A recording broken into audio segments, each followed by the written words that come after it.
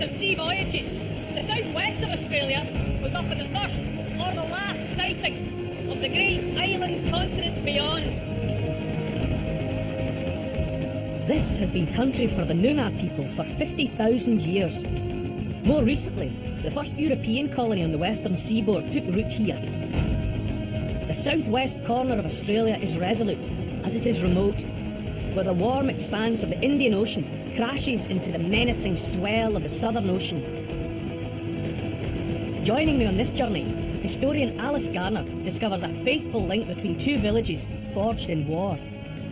The Germans knew the monks were harbouring allies, but they wouldn't touch the monks, but they certainly slaughtered a lot of Christian people. Landscape architect Brendan Moore unearths the incredible life of an intrepid botanical collector. The lords and ladies back in England were going wild, wanting the stuff that she'd sent. Professor Tim Flannery hunts for terroir with a note of coast. I don't know quite what it is about it, but something about it reminds me of the sea. And for me, the bizarre, true story of high drama on the high seas. You fire on us, you're firing on America. Do you want to start a war? This is Coast, Australia.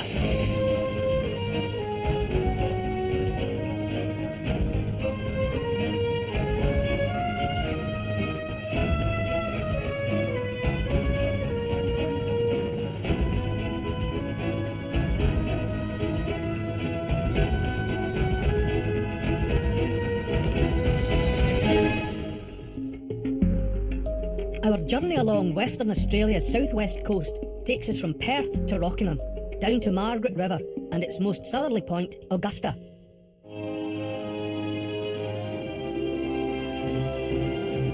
Hey! Hey! Hey! Hey! This elegant little square rigger is a replica of the Divkin, the first known European ship to visit Australia. She's the most accurate seagoing duplicate of a 16th century vessel. With a shallow hull and at 25 metres from beakhead to stern, it was shorter, more manoeuvrable and faster than other ships of its day. To think that in 1606, a dauntless little vessel like this one sighted and charted the northern cape of this vast continent. Dutch explorers rowed the Roaring Forties east from the Cape of Good Hope, then north to Batavia, in the lucrative pursuit of spices and gold. Landfalls along this arid, desolate coast were inevitable, even if unplanned, and thus the beginnings of New Holland and, eventually, the map of Australia. This reproduction is testament to the dedication of passionate individuals who relish a challenge. Renowned Western Australian sailor John Longley is one such man. As well as being an America's Cup racing veteran, he's also chairman of the Divkin Replica Foundation. How authentic is this vessel? Well, she's incredibly authentic. This ship has been built by the same techniques that were used in the 16th century, which is this plank-first method of construction. So you don't build a skeleton and flesh it, you build the skin, and then if you need an internal skeleton, you do that last. That's right. So the concept of building the internal skeleton was a development after the construction of this vessel. What do you learn from being aboard a vessel like this that you don't learn from any other kind of sailing? We're so much in the 21st century, if we need to go somewhere, get in the plane, get in the car, whatever. But on a ship like this, you just cannot go where you want to go until the sea and the wind allows you to go. So there's that whole concept of patience and letting things flow and the natural order of things. Does it reset your clock? It absolutely resets your clock. It's very good for your soul. When you first encounter a vessel like this one, it can seem like a relic, an artefact from a much more primitive era. But if you spend any time aboard, you gradually realise that it was the absolute cutting edge of technology. This is the space shuttle of its time, and that the people aboard were travelling to the very limits of human imagination and even beyond.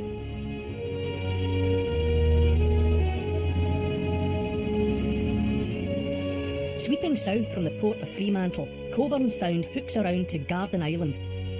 A large ocean inlet, it hosts Australia's biggest naval base and many of Perth's maritime industries. One of which is a pioneering energy project that marine ecologist Professor Emma Johnston is eager to investigate at its source.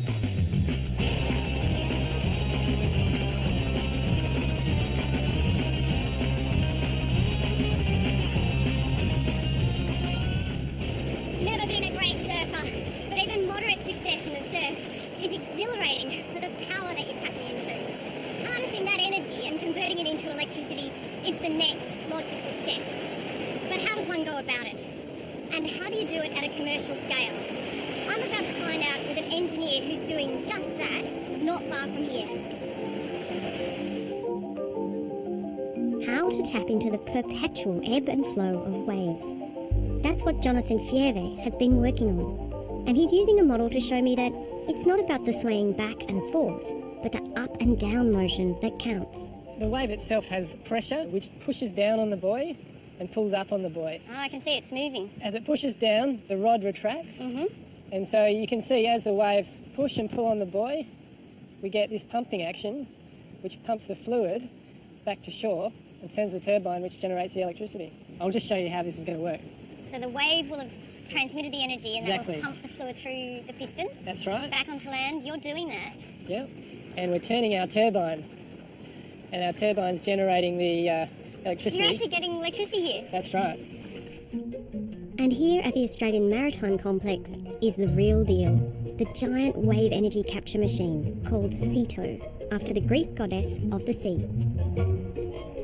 11 metres in diameter and 5 metres high, these huge buoys are made of steel with internal float chambers. The company is deploying 3 buoys as a test to provide energy for the WA Naval Base at Garden Island. If it works, large wave energy farms would comprise of 25 buoys or more, all bobbing around just below the waterline. How much power can this unit generate? This has a capacity of 240 kilowatts. To give you an idea of how that would translate, if you had a kilometre of coastline, there's enough energy hitting the coastline to power 20,000 homes. Phenomenal. Yeah. Wind and solar energy industry, we've heard a lot about. Is it harder to actually capture wave energy? It's a very challenging environment, you know, in the salt seawater, with the ocean waves, huge forces, difficult to access from a maintenance point of view. So I think all those things are the challenges that have made it quite a slow process. A slow start in modern times, but the blueprints for wave energy have been around for a long time. It was Napoleonic Paris where the first patent for a wave energy machine was reportedly lodged. Since then, the idea of capturing the sea's infinite supply of energy has fired the minds of inventors the world over. This Western Australian innovation will be the world's first wave farm using large-scale wave energy converters. The great thing about the West Australian coast in this area is that the ocean swells are coming from thousands of kilometres away near Antarctica, and so they're high energy swells, and it also never stops. So at night time, of course, we continue producing. With a successful test, the wave farm should have a prolonged future harnessing an endless supply of energy from nature. Now that is making the most of the coast.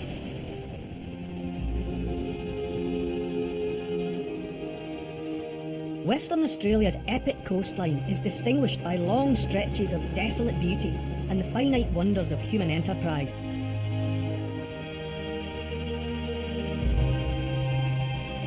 Burdened by distance and an unforgiving environment, WA's feats of engineering are therefore all the more significant, evidence of the ambitious reach of a few resolute visionaries. I've come to Fremantle to find out about one of them, and his story of professional triumph and personal tragedy. Fremantle's role as a port began with the foundation of the Swan River Colony in 1829. Now at that time, the mouth of the Swan River was partially blocked by a limestone bar that made the entrance virtually impassable for seagoing vessels and made cargo handling on the long jetty impractical. One ship's captain of the time wrote the following: "It is no place to put a vessel, certainly the worst place I or anyone else ever saw. No place to send a ship of this size. Any man who would come or send a ship a second time is a damned ass." By the 1890s, population and prosperity flowing from WA's gold rush demanded that Perth provide a sheltered harbour and safe anchorage. Western Australia's first Premier, John Forrest, hired an engineer for the job, Irishman Charles Yelverton O'Connor. I've joined Fremantle Harbour Master Captain Alan Gray to find out about the formidable challenges that faced O'Connor. So what path did ships try to take in those days, to get into the shelter that was available? They would come from the southwest and they would try and take a turn close to the southern side of the harbour. They had to take quite a dramatic turn to get around both sets of rocky outcrops, but when you've got severe winds, breaking seas, that's a difficult manoeuvre under sail. O'Connor's design did away with the rocky outcrops that were damaging ships and implemented two massive breakwaters, known as moles.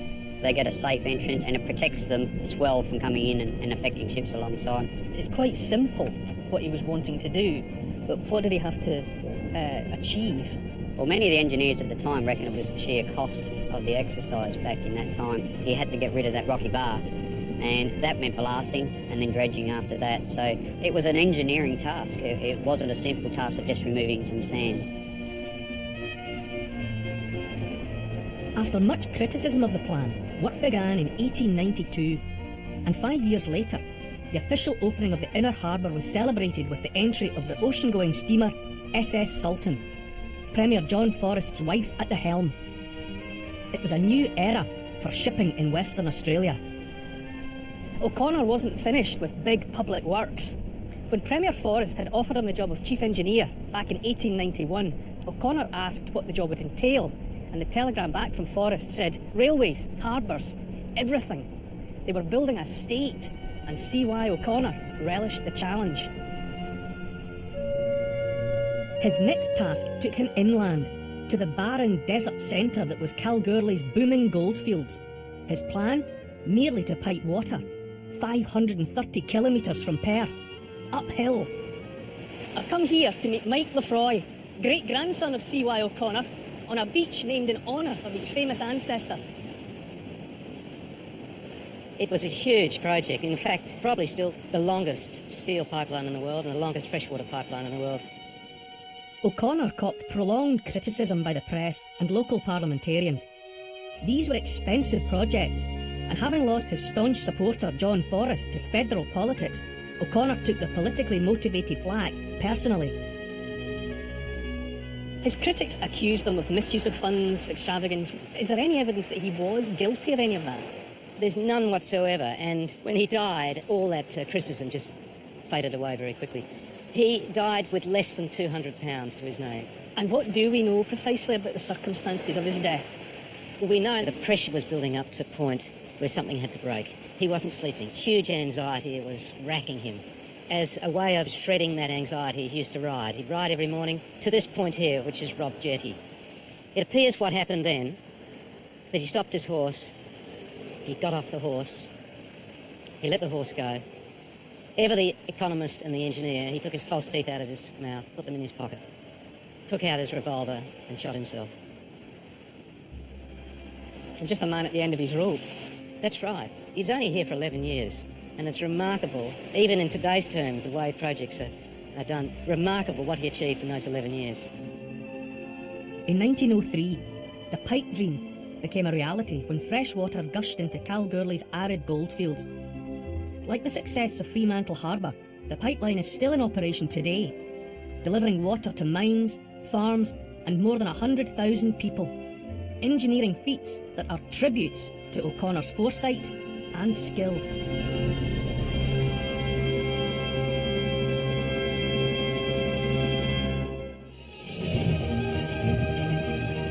Named by explorer Nicholas Baudin in 1801, tranquil Geographe Bay and Cape Naturalist are reminders of the Napoleonic French chapter in this region's history. Dunsborough sits towards the Cape's Point, where anthropologist Dr. Xanthe Mallet is using her forensic experience for an unusual dive mission. Today I'm working with a very special division of WA Police on a very specific training exercise. Body recovery, underwater. Good morning, gentlemen. There you go. Good to Welcome see you. aboard. Thank you very much. The dive squad from Fremantle Water Police is here for operational training to test new technology and hone their skills in a challenging environment. we're on our way to the wreck of HMAS Swan, 2 nautical miles offshore from Eagle Bay. After 27 years of service with the Royal Australian Navy, the ship was scuttled in 1997. Now she sits in 31 metres of water and is a purpose-built dive site, perfect for training operations. Sergeant Rod Veal is heading up this exercise. What kind of incidents would the water police attend out here? A lot of our time is spent recovering evidence such as knives and firearms, and jewellery from burglaries and things like that. But also we do get involved with the investigation of deceased person, whether it be suicide or whether it be some sort of foul play. So that could be, a ferry disaster, it could be a shipwreck, it could be a plane, it could be a swimmer. Exactly. It could be a diver that's trapped in a wreck like we're simulating today. Collecting evidence for the coroner and investigating authorities is crucial. And, just like land-based police, this elite team are trained to observe every detail underwater. Using a dummy and a simulated scenario, the team will test their equipment and their mettle, and I'm going down for a closer look. Helmets are fitted with microphones and cameras, allowing the topside crew to monitor the operation. Topside, diver 1, penetrate, wreck when ready. Roger, topside. Entering now. Over. Topside, diver 1, do you see the deceased? Topside, deceased located. Over. 24 metres below, the divers have to move carefully inside the wreck to avoid snags. Then they go about collecting forensic evidence in situ. The body has been located and the evidence checked, but you can see that conditions aren't great today. A lot of silt's been kicked up, which complicates the body's retrieval. Topside, diver 1 and 2. You can now recover the body.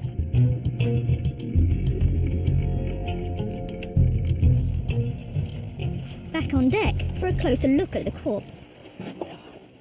So there's our deceased divers, or our dummy.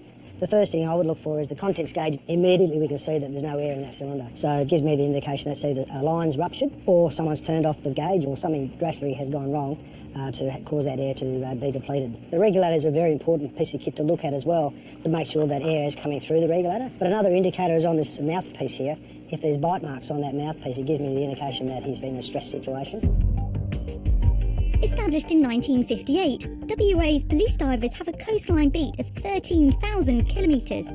They can spend more than a third of the year underwater, averaging 7 hours a day in the gloom below, searching for missing persons and probing the macabre results of major crimes, including murder. We turn the body over and we can see that we've got a cylinder on the back here. Well, it's only a 7 kilo cylinder at that 24 metre depth. It's probably not a lot of air. So little things like that can go wrong very quickly. Well, it was a great learning experience for me. I've seen body recovery all over the world in lots of different environments. Never anything like that, so it's certainly been an eye-opener. Yeah.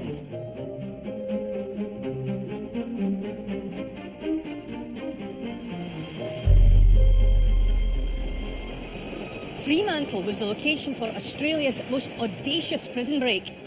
In 1876, an elaborate plan was set in motion.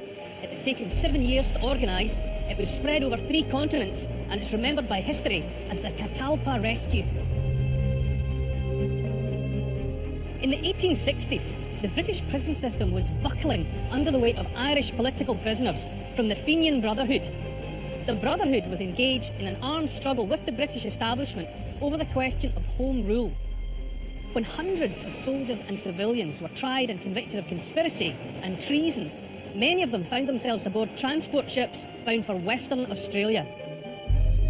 Famed writer John Boyle O'Reilly was among them. In 1866, he was convicted and sentenced to death, which was then commuted. As an Irish nationalist, a Fenian who'd served in the British Army, he was given a life sentence to be spent here in Fremantle Prison. Hello, Luke. Hi, Neil. How are you? Very well.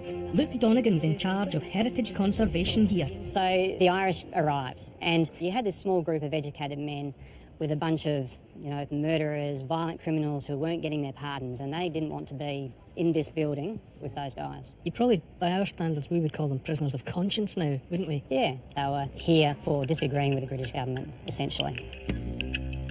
At capacity, 1,000 people were packed in here. Their cells, as you can see, were very, very cramped. I mean, it's not much bigger than a grave. Exactly.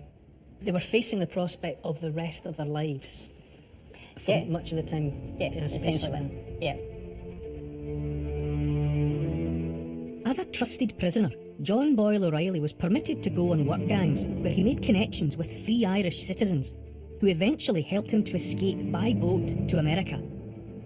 As a result, security tightened on the other Fenian prisoners. Conditions were getting quite bad for these guys. One of them wrote a letter to a man called John Devoy, who was the head of the Clan na Gael in America. So that's the Irish independence movement transplanted to America. Yes, and at that point, John Devoy got in touch with John Boyle O'Reilly, and together they planned how they could help these Fenians still here get out. They used the emotive letter by James Wilson to raise money for a rescue mission that involved a whaleboat called Catalpa. Here at Rockingham Beach, about 20-odd kilometres south of Fremantle, the plan was that James Wilson and the others would meet with Captain George Anthony, a Quaker, and a man who believed in justice.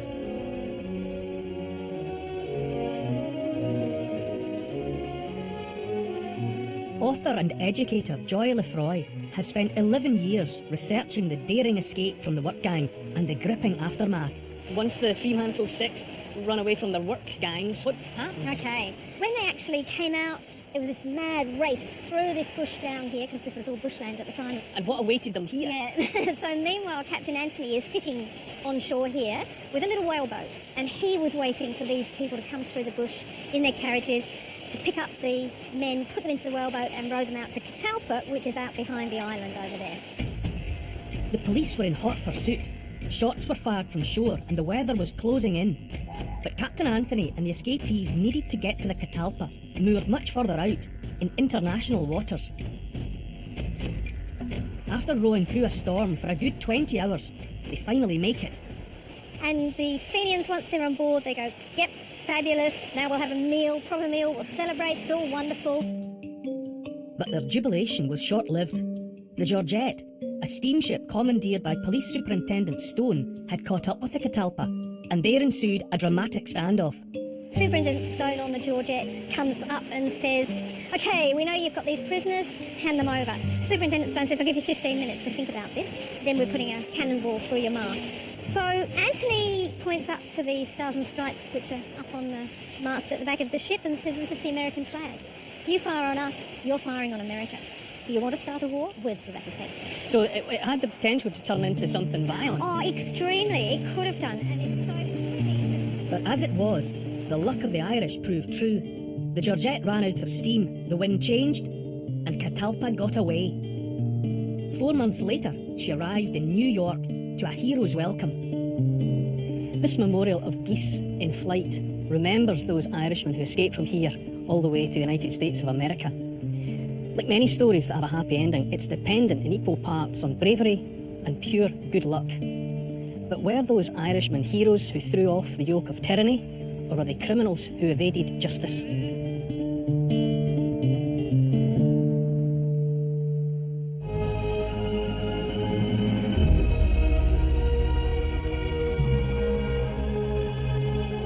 3 hours south of Perth, the Margaret River region sits within a square-faced peninsula that juts into the Indian Ocean. Topped and tailed by 2 capes, this 100-kilometre ocean stretch is known as the Lewin Naturalist Ridge. Its beautiful surging coastline belies an unforgiving hinterland of towering stands of karri and jarrah hardwoods.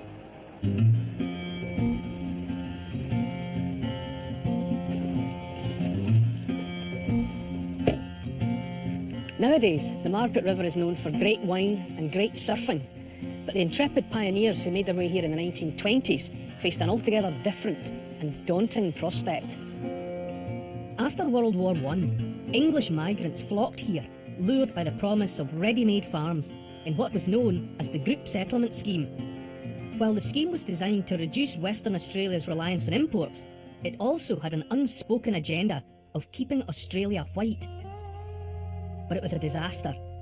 Instead of rolling pastures, new settlers were confronted by vast swathes of intractable, virgin forest. On top of that, most migrants lacked farming experience and struggled to eke out an existence. When the Depression hit, people abandoned their properties and the scheme was abolished in 1930. It would be another 30 years before Margaret River truly came to life.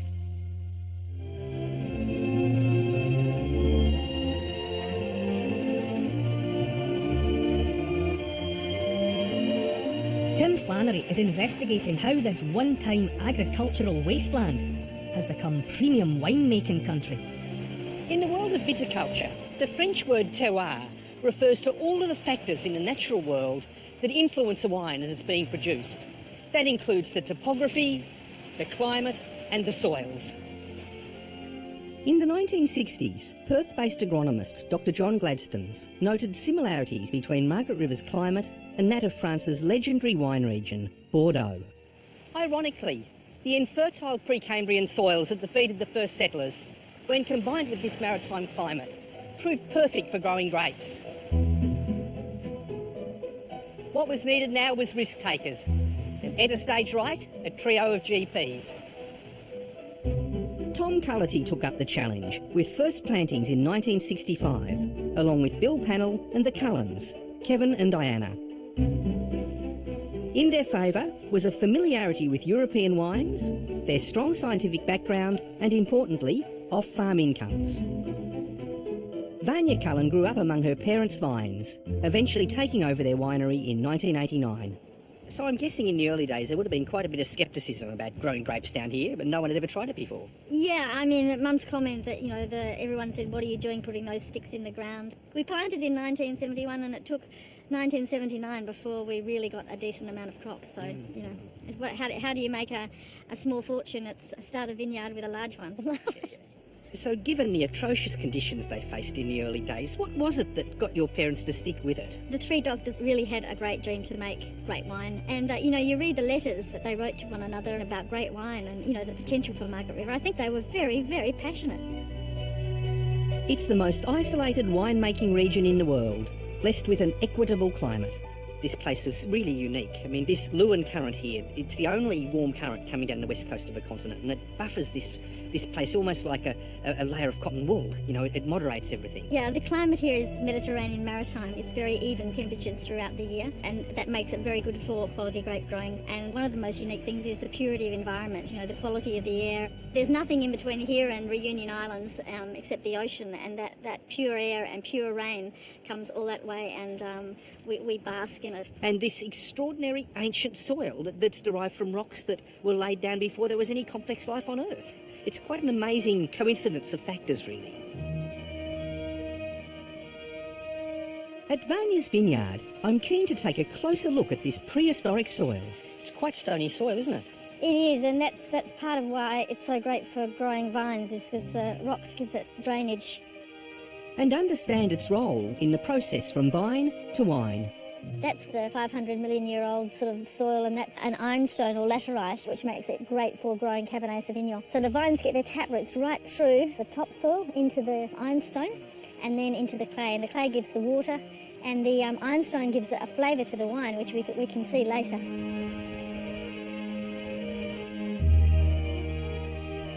So this is all essential to what people call a terroir of a region. The terroir is everything. It's the soil, it's the vine, it's the air, it's the sea air, Yes. it's the people, the insects, it's everything. The context almost. The context. Terroir is a wonderful word because it's about connection and about everything that goes to make a place.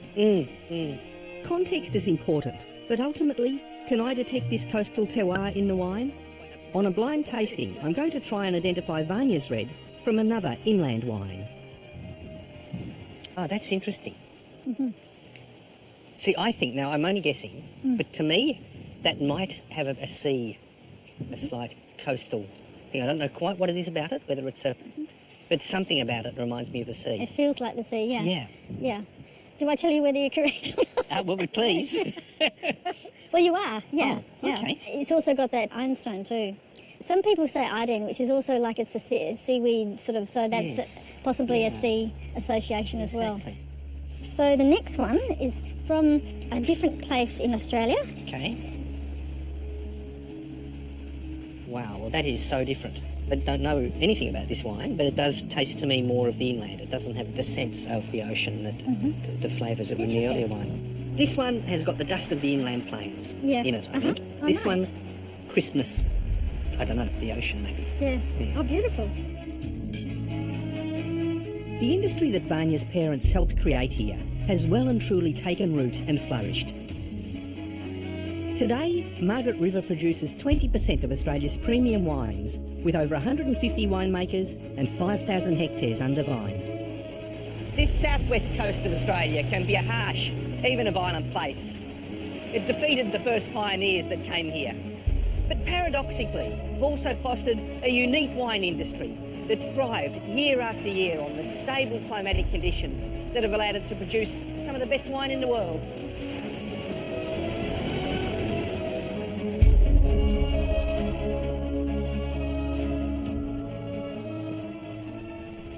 I'm no petrol head.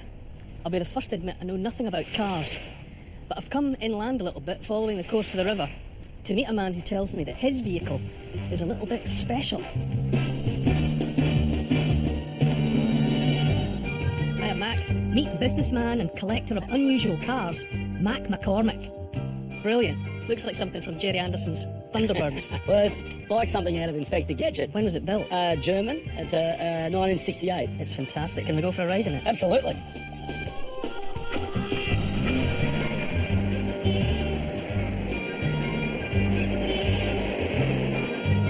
It's so elegant. I love the white upholstery and the fins on the back, and it's just got a certain style.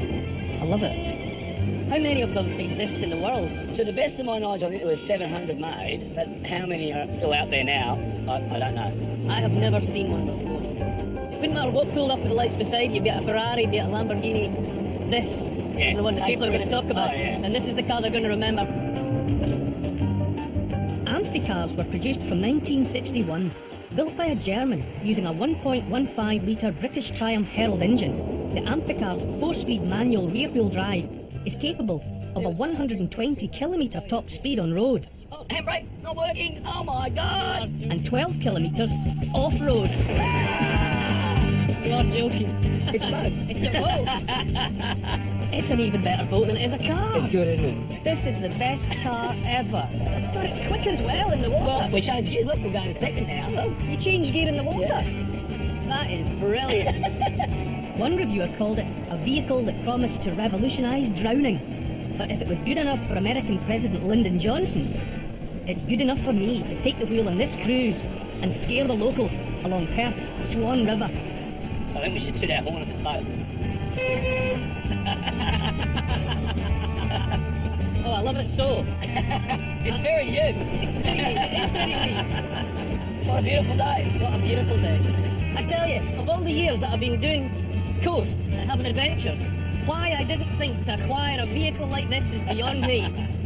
Company car, you reckon? This is the only way to travel on coast. So what do you reckon, Rottnest? Rottnest.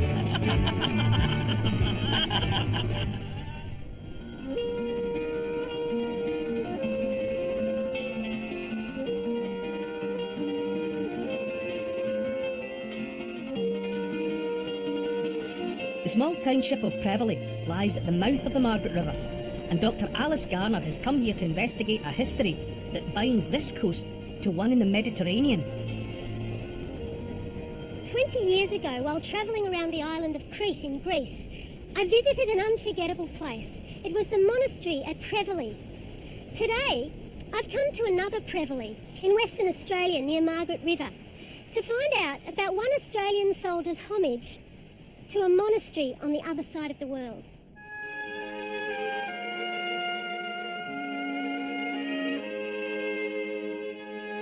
Young Geoffrey Edwards' family migrated to Western Australia from the UK in 1923 and settled in Peel Estate on the Margaret River coast.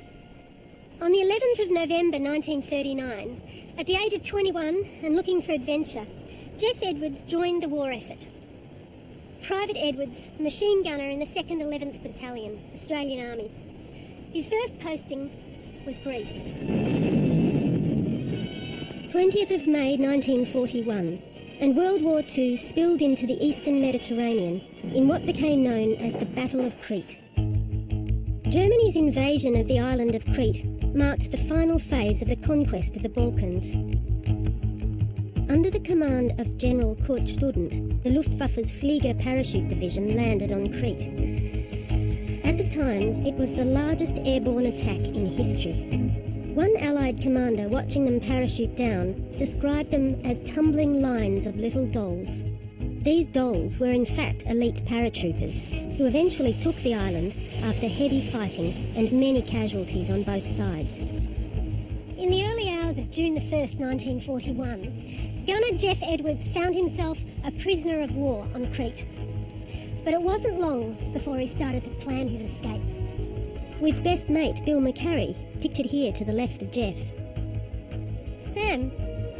Later in life, Jeff recounted their daring escape to close friend Sam Nomis.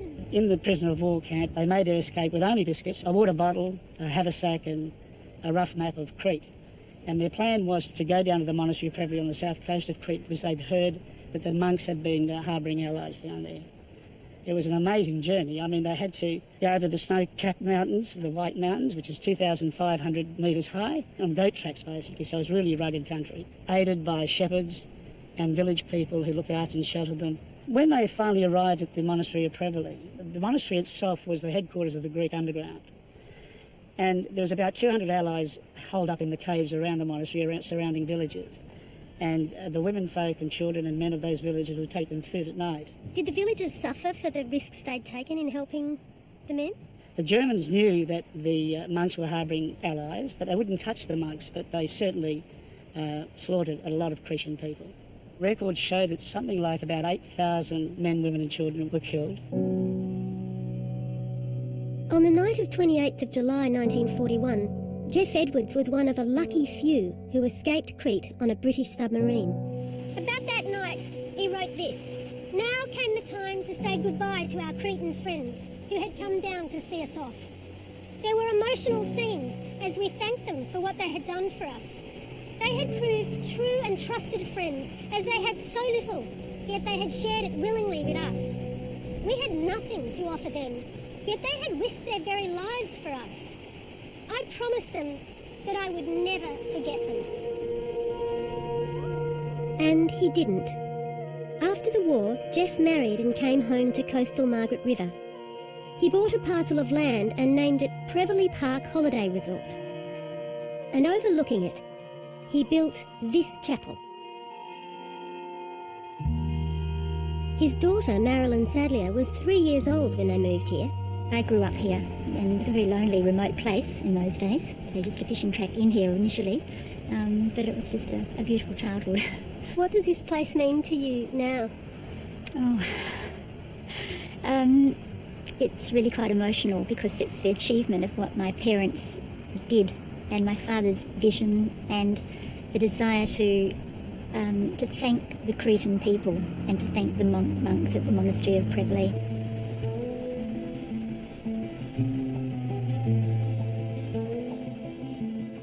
Today is a special day at the chapel.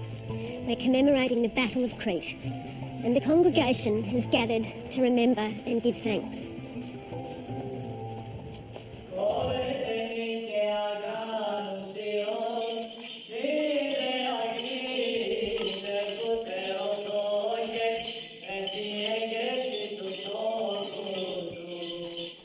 There's not enough that we could do to thank Jeff and all those, of course, who fought and fell in the Second World War. After the service, in true Greek style, there's food, wine and talk.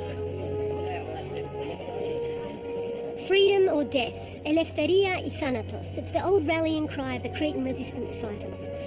And this chapel is Jeff Edwards' tribute to the extraordinarily brave villagers who lived that creed literally, who risked everything to feed, shelter and befriend Edwards and his mates. Prevely Chapel, where the Margaret River meets the Indian Ocean, keeps those memories alive, those acts of friendship forged under fire.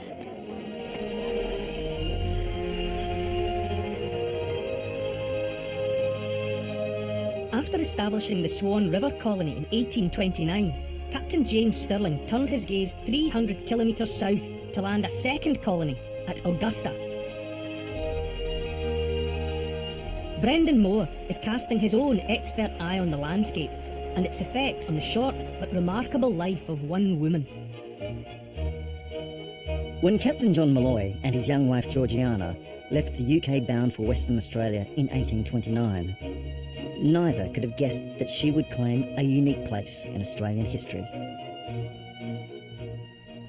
When Georgiana Malloy arrived aboard the Emily Taylor in May 1830, the water's edge was dense coastal scrub, just like this.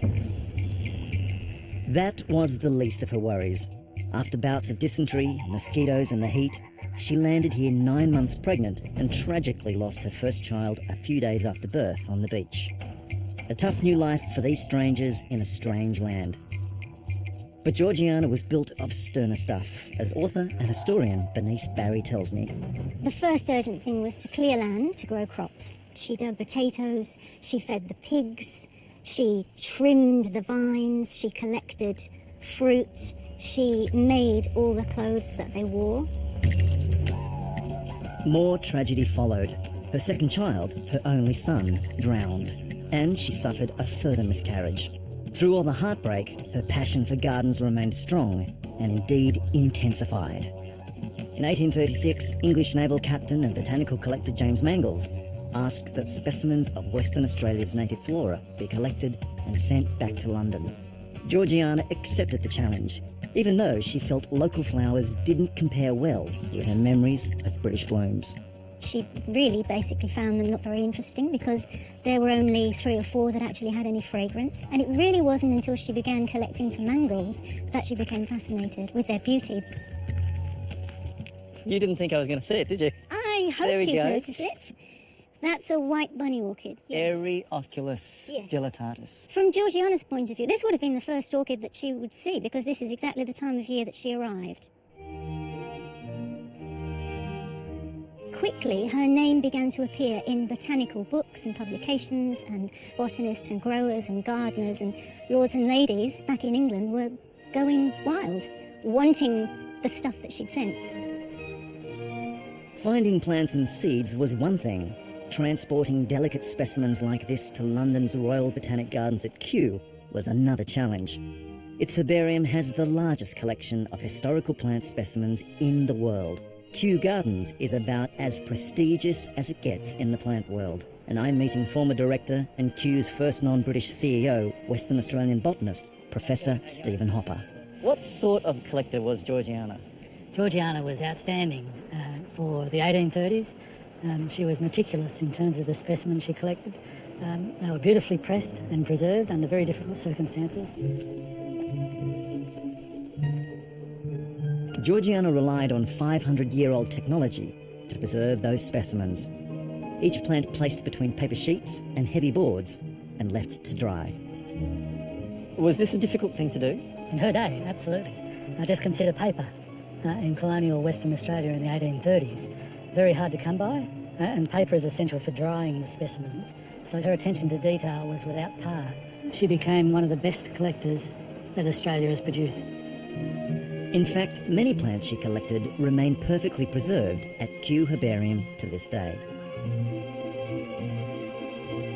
Western Australia has 8,000 plant species, half of which are found nowhere else on Earth.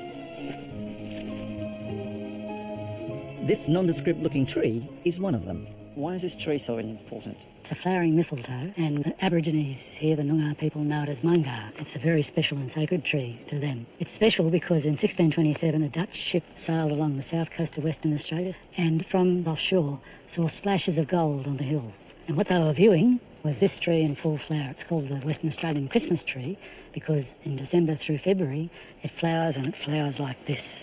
Wow, look at that. With the help of local Aboriginal women, Georgiana Malloy became the first person to collect the seeds of this vibrant species.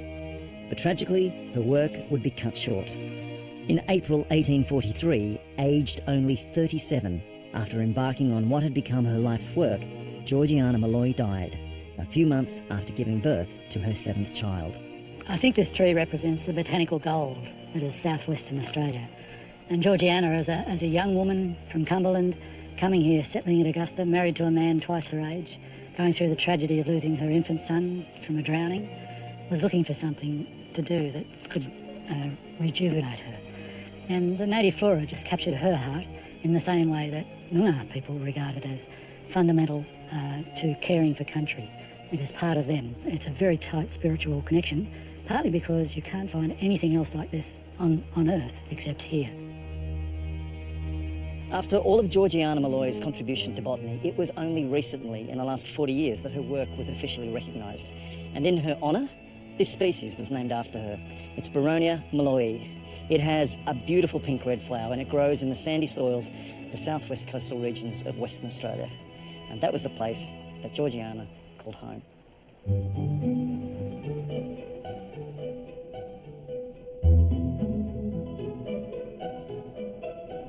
Journey's End at Cape Lewin, with its stark and untroubled aspect, you can understand those who cherish a life independent from the noise and certainty of urban backdrops. At this point, there's nothing between me and Africa but several thousand kilometres of open ocean.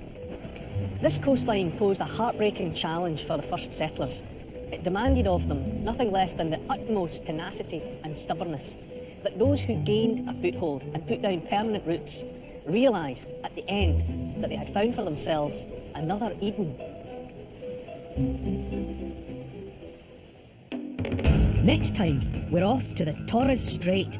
Professor Tim Flannery enters the realm of the headhunters. Under each shell is meant to have a skull. Right, a human skull under everyone. Wow. Dr. Xanthi Mallet examines an infamous maritime disaster. This must have been terrifying. It's unimaginable. Dr. Alice Garner is on a different kind of border patrol.